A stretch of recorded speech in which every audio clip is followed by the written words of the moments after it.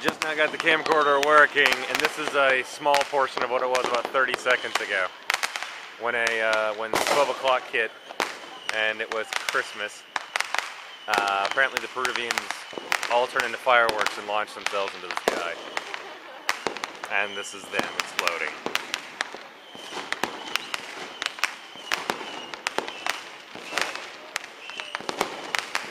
This is all over Lima. Like every single part of Lima is on fire, basically. Look at this.